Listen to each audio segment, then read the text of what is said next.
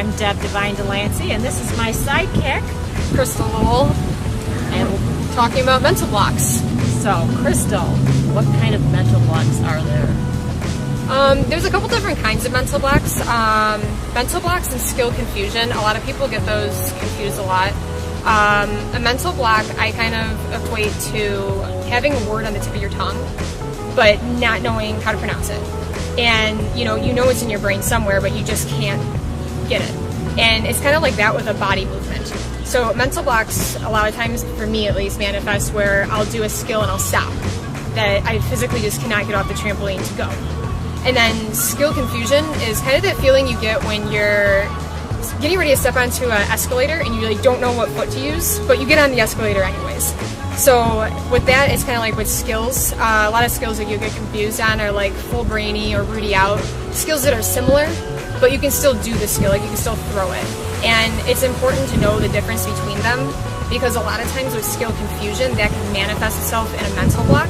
Because if an athlete's really, going for this skill and you keep missing it and doing the wrong skill or something else, it makes them nervous, and then they start, balking or stopping on the skill, and it manifests into a mental block where they're just so scared of it they don't want to go anymore. So it also affects their confidence. Yes. So absolutely. when they repeatedly are not hitting a skill because of skill confusion, Yes. then their confidence is rattled.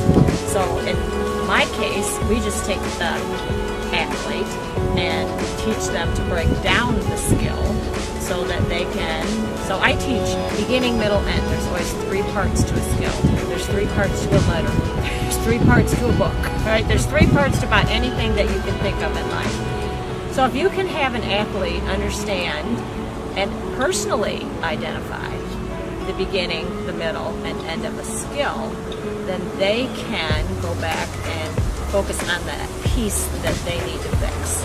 So when you and I first started working together, what was it that you were struggling with? I was struggling, I think, with just starting. Like I would just stand on the double mini runway and I just stare at the double mini, and I couldn't just get myself to go.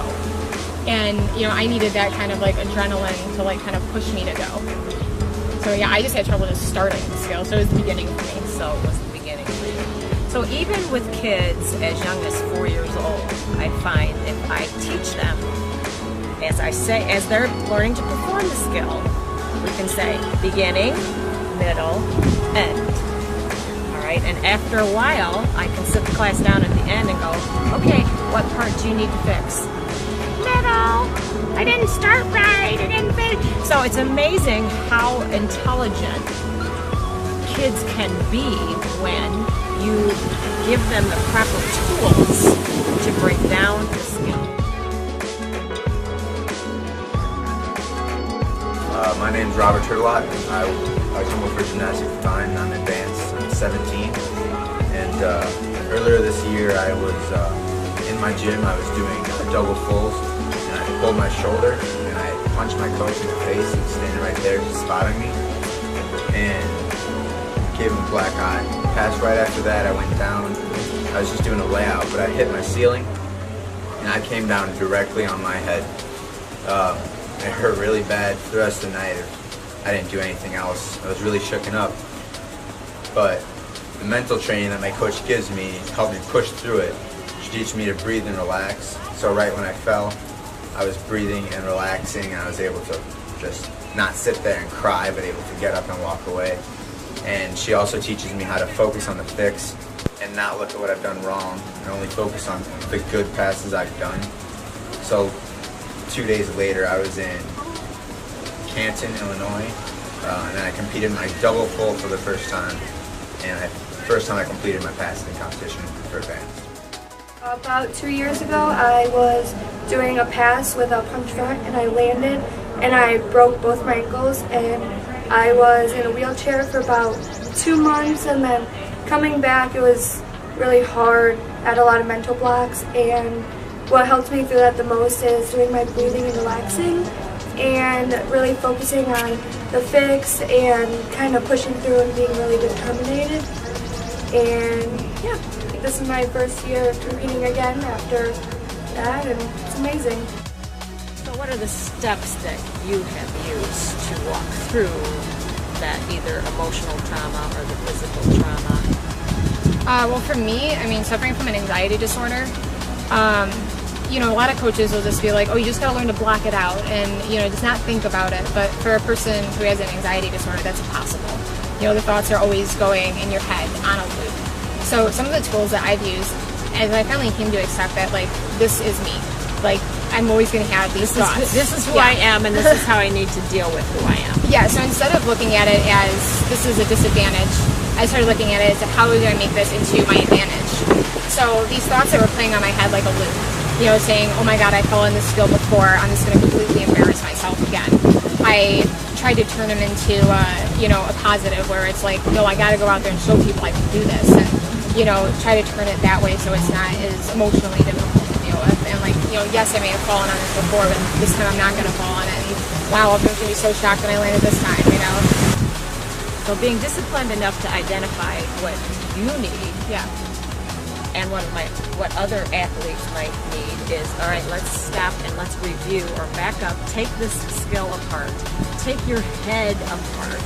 Which piece in your head needs to be fixed? Is it the self-talk? Is it the failure forecasting? Is it the visualization? Is it your projection? I think for me it was a lot of the visualization because, you know, I would try to visualize the routine and I would always visualize myself failing on it. And I think that's part of the anxiety. And it's like you just keep seeing it over and over again in your head. So yeah, I really needed to work on that. And, you know, I realized that, you know, I'm a person that I'm thinking too much. I need to think less. So I try to focus on other things. Like I'll try to listen to music or, you know, be humming lyrics in my head as I'm going because that distracts me. And, you know, I just kind of let my body take over at that point and take my head out of the game because for me, visualizing was causing me to have more anxiety.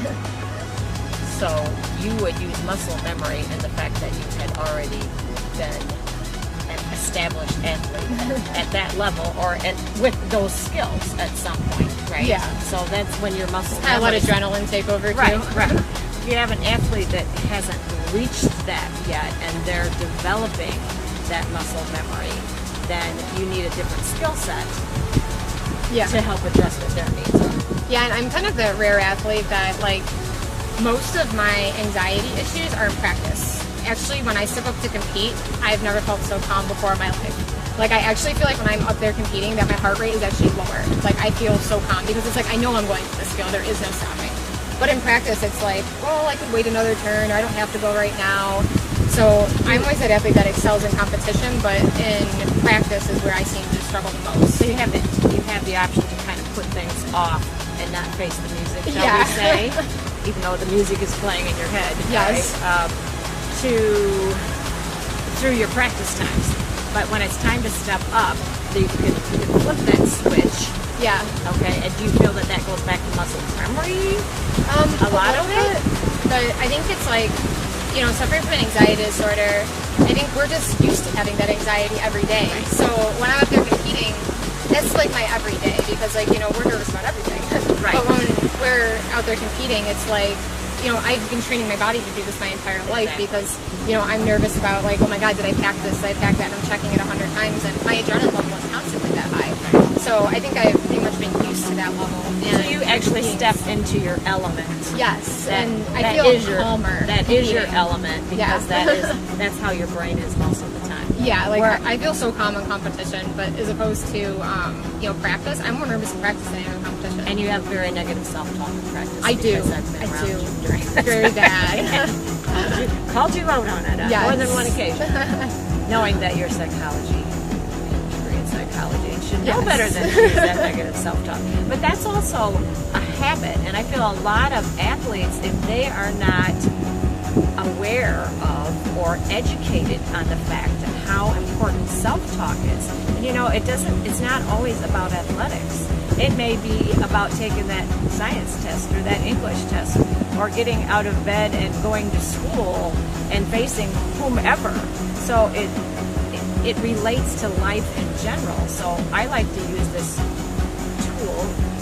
set of tools to bring kids up being focused, prepared athletes. In turn, it